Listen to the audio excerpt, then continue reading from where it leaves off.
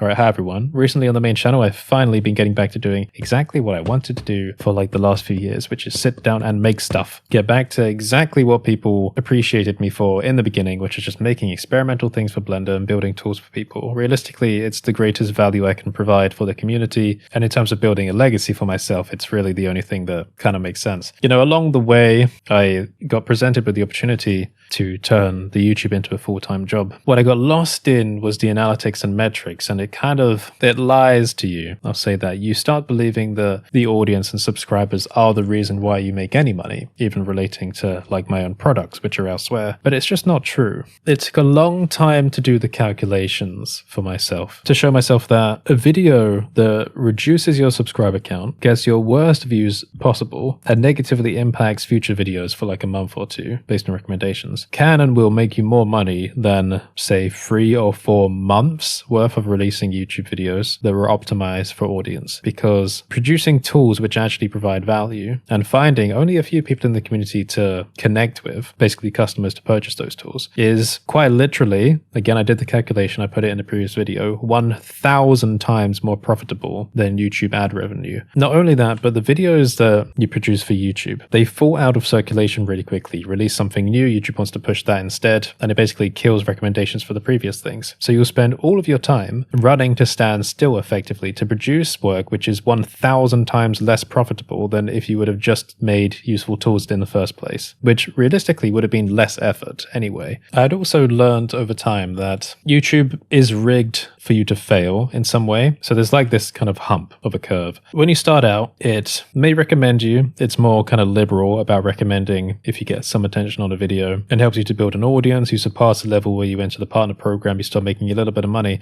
But YouTube wants you to generalize to be attractive to more people, and then punishes you if you don't generalize by keeping you tightly knit to your subscriber base. Your previous subscribers have to be interested in your video for it to be recommended outwards, but it does do some little test cases where it recommends it to test audiences. The problem is if you're a specified channel, such as a regular tutorial channel, it means that as your audience generalizes, the proportion of your audience that's interested in any one particular video you make decreases. So one day it may be like 10%, then it just kind of migrates down to 5%, 2%, 1%, etc. as your audience grows. But what that means, according to YouTube, is that, a decreasing percentage of people in this person's audience are interested in their videos, so we will no longer recommend them to a wider audience. So for specified technical videos, it's kind of rigged to fail unless they learn to generalize the presentation to be attractive to more people. Now the problem is I fell for it. I generalized. I made generalized videos. It widened my audience beyond the reasonable bound for success. What I would say is maybe the sweet spot for where I should be is probably like 70,000 subs or something. 70,000 kind of interested subs. I'm on 160,000. So it's been inflated by an audience that's come along to generalized only videos that aren't interested in more specified things. So getting back to just making specific things on a day-to-day basis, specific experiments, specific tools and products, obviously my performance is flatlining because YouTube is now having a hissy fit saying, no, what are you doing? You're supposed to be generalizing. But I have now done all of the calculations.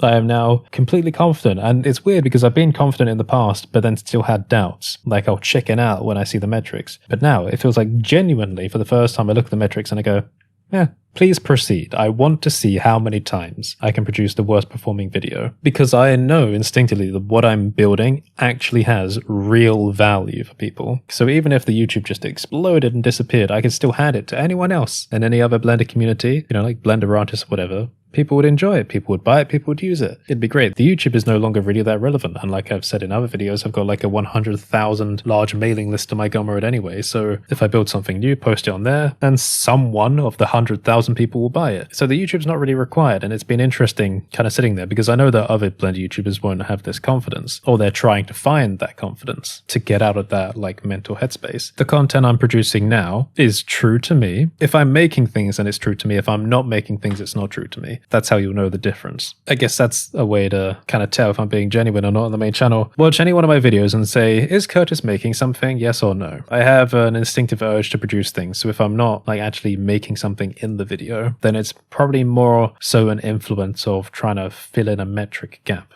which realistically has been most of the videos for the last few years. So what's happening now is a purge, and it's a very specifically authored purge. My main channel videos need to kill off subscribers. What I'm saying to myself now is the only metric that I should care about from the YouTube statistics. And when I say care about, I don't mean let it modify what I want to do. Again, thinking about the artist and the reporter model, the reporter is the one that takes the work from the artist version of yourself and then presents it to people. The reporter should never tell the artist how to change what they make. The only metric that should be even a slight consideration is the watch time on the video, for no other reason than just to see how interested people were while watching it. Not to optimize for it, but just for the general interest of those that clicked on it. Everything else is mostly out of your control. The click-through rate, you don't know what else was on the screen for people to click on. The view count, again, YouTube is perfectly capable of pushing a video more to increase the view count. It's not really up to you. Another way I've been getting over falling into that trap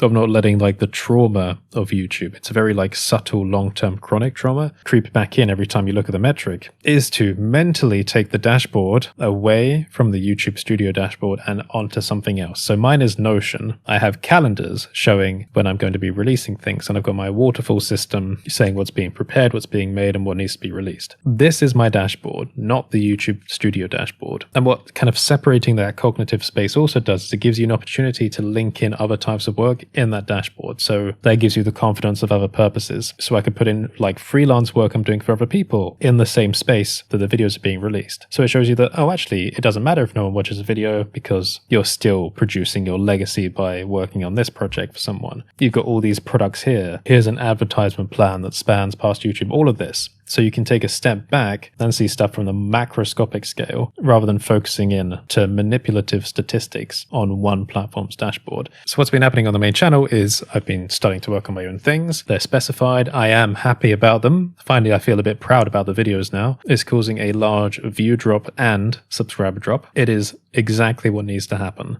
I think I learned a bit too late in my journey that value is not where I thought it was. Value is in people and the unique things they do, not in data and not in money. Although real value does summon money in a different way. That's another kind of weird thing. There is no right way to make money, and a lot of people fall into these traps and pipelines. I see other people in the community that are optimizing with sending 10 emails per week or whatever and going into some hyper toxic masculine grind set. And I'm look, if you just don't do that, just produce value, it will attract people to you. Yes, it's longer and it takes more effort, but that's the whole point. Produce value that's impossible to ignore. And then once you think you've produced more value for people than anyone can produce, then go further and make even more. You effectively want to become a beacon of something so impressive that people can't help but just to follow you and to learn and to try and replicate and to just be around you. That's the mindset. I feel like I had that kind of early on and I lost it when I let YouTube get to me. But your boy's been waking up. Then it also reminded me that I had this interesting thing at one of the Blender conferences where I was walking around with another Blender YouTuber who at the time had a lower sub count, and now they've got a higher sub count. So they've kind of been on that pipeline as well, and I can see them how they've generalized over time. So it's not for me to judge other people. Other people want to do different things. They've got different aims in life, but I kind of see the pipeline happening with other people. But while we were walking around the conference, people kept stopping me and wanting to say hi and have pictures and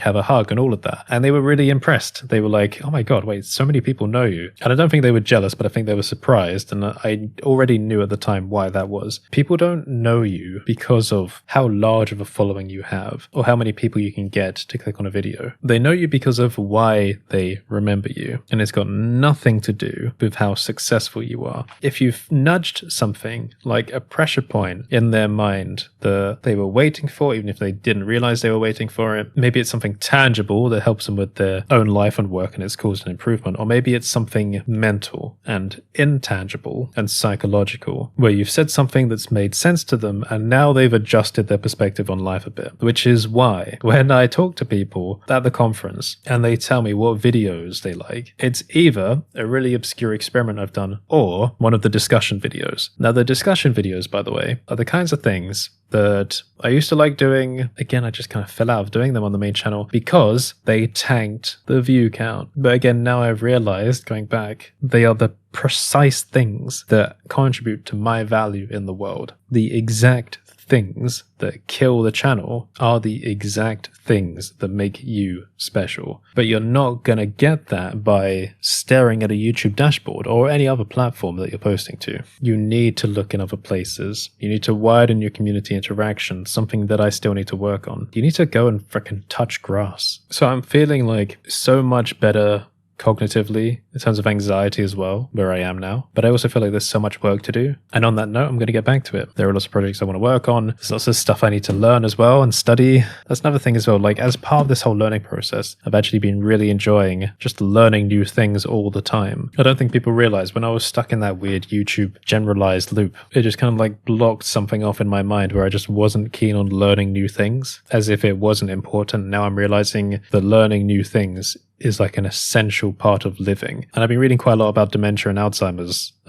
nowadays, and it's also highlighting how important it is to keep your mind active and expanding all the time. You think that it's just like some ethereal thing, but it's really not. The actual learning process of learning new things is keeping you alive and healthy. Now, in my mind, I'm thinking about like a few other Blender YouTubers that might be watching this. Some of you follow along with my ramblings because you're interested in seeing where my mind is taking me. And I think you also think, oh, he's onto something. Let me see what he finds in case I need to adjust something in my life. So what I say to you is, when you're sitting there and you're looking about how people are reacting to the things you post online, even if you tell yourself it's not affecting you, take that moment and just think about it subconsciously. Is there a little fleeting disappointment or anxiety? And if there is, then you've still got work to do. You are not beholden to a single platform. You own no single platform anything. You need to find out, actually learn for yourself that the things you're making have value outside of that space. I implore you to not become another metric grind setter. It may bring success temporarily. In the long run, no one will remember you.